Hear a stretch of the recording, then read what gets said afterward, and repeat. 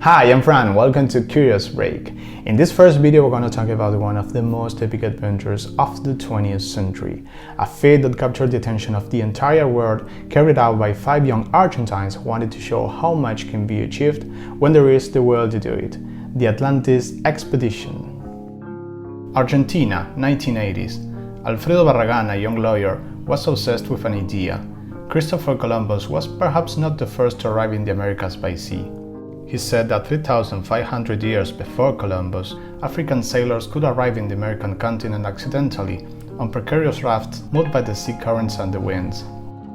Though there were some arguments to support the theory, at that time it was believed that this was impossible and that the only people that had reached the continent before Columbus had done so through the area of the current Bering Strait from Asia. But this general refusal was a challenge for Barragán, and true to his adventurous spirit, he decided to cross the Atlantic Ocean himself, from Africa to South America, on a wooden raft similar to those of that time, guided only by a sail and propelled by ocean currents and winds. To put his plan into action, he needed 2 essential things: a team and a raft. He needed reliable and brave people, but above all, romantics who would fall in love with the adventure they were about to carry out. After a long selection, he chose his teammates. The team consisted of 5 members: Alfredo Barragán, captain in command of the expedition; Jorge Iriberri, the second captain; Daniel Sánchez Migariños, in charge of the celestial navigation; Oscar Chacaglia, as assistant and cook; and Felix Arrieta, a cameraman from the Argentine public television, in charge of recording everything that happens on the journey. The group quickly began to work on the preparations that lasted 4 years. During that time, they designed and built the raft themselves, inspired by those used in ancient times. Everything was done by them, who even traveled to Guayaquil, Ecuador, where they entered the forest to get the logs on their own. They got the sails thanks to donation from the frigate Libertad, a prestigious sailing ship of the Argentine Navy. The group didn't accept sponsors or commercial contracts, despite receiving important offers. They always stayed true to their amateur style, which made the project even more beautiful. Barragán even designed the insignia of the expedition, a radiant sun crossed by the cross of the 4 winds. The sun represented life, and the cross of the winds represented freedom. The raft was built only with logs and reeds joined by ropes. They didn't use nails or any other metallic material.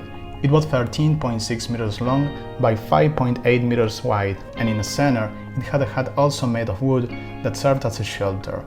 Once finished, it was sent to Tenerife in the south of Spain. The idea was to start from the port of Tenerife in the Canary Islands, one of the Spanish territories in Africa, and cross the ocean to arrive in La Guaira, Venezuela, in the north of South America. To get an idea, they had to navigate around 5,900 kilometers. Obviously, hardly anyone believed in him. Almost everyone thought it was crazy, an impossible idea to cross the Atlantic Ocean in a raft without a rudder and get exactly to the desired place. They said that it was most likely that the adventurers would get lost in the middle of the ocean. Remember that at that time, modern systems such as GPS navigation didn't exist. They could only use the traditional method of celestial navigation, guiding themselves by the position of the stars and communicate only through a radio equipment. Nothing seemed easy, and those who could teach them were gone many years ago, but they wanted to teach a lesson too. After 4 long years, the day finally came. May 22, 1984. The dream reached the sea.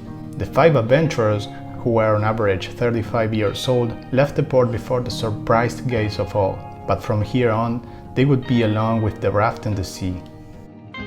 Felix Arrieta, the cameraman, confessed a few days after leaving that he didn't know how to swim, and from that moment he had to carry out part of the journey tied up, but he still managed to do a perfect job. Everything was fine at first, but after a few days they began to suffer from the sun, the constant humidity and the salt of the ocean. They started having vomiting, skin wounds and losing too much weight. Their physique was deteriorating. They tried to cheer each other up as best they could. Humor, games, talks, everything helped at that time. But as they approached the parallel of the equator, the sun was getting stronger. Skin burns and heat stroke in the middle of the ocean could be deadly. The situation was so serious that they decided to use the fat with which they protected the food to cover their bodies as if it were moisturizing cream. Where they had been sailing for a month, the first rain came, and they were finally able to remove the salt from their bodies.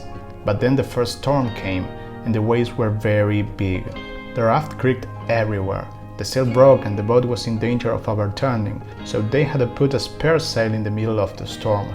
They also had to throw away some of the food that had gotten wet and was beginning to rot. To make matters worse, in one of the radio communications they were warned that according to the position they were marking, they had taken a very dangerous route. The problem was that as they approached to the American continent, the current from Brazil would take them to the north of the Caribbean Sea, which at that time was a hurricane zone.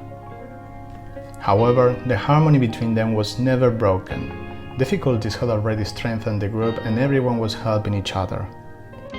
For the next days, only clouds were visible in the sky, so they couldn't have a reference to the stars and they literally didn't know where in the ocean they were.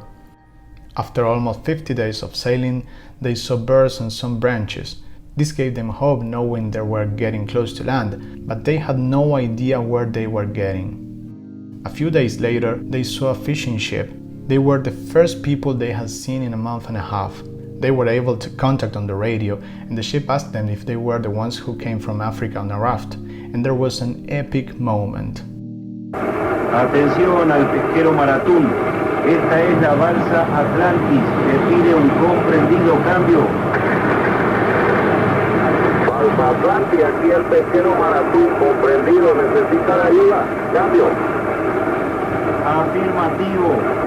Necesito que me confirme si realmente estamos al sudoeste de Grenada. Cambio. Tranquilo. Balsa Atlantis, correcto chicos. Están a 10 millas de la isla Testigo. Bienvenidos a América. Everything was happiness and emotion in the group for what they were achieving. They couldn't stop crying and hugging.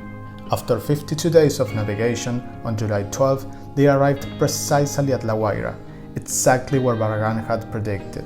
When they arrived at the port, the ships that were in the place welcomed them by sounding their horns, and the international news talked about the feat that they had carried out.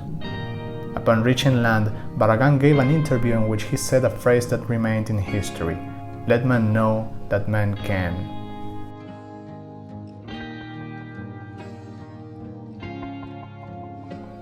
I found it interesting to bring this story up, not only because it's an adventure, it is amazing, but also because I wanted to give a life lesson, and they did. This expedition was an important contribution to science, but above all, it was a call for people to believe in themselves. I hope you liked this first video, and beyond the amazingness of the story itself, it's an invitation to do the things that we consider impossible, but perhaps are just difficult. Thank you so much.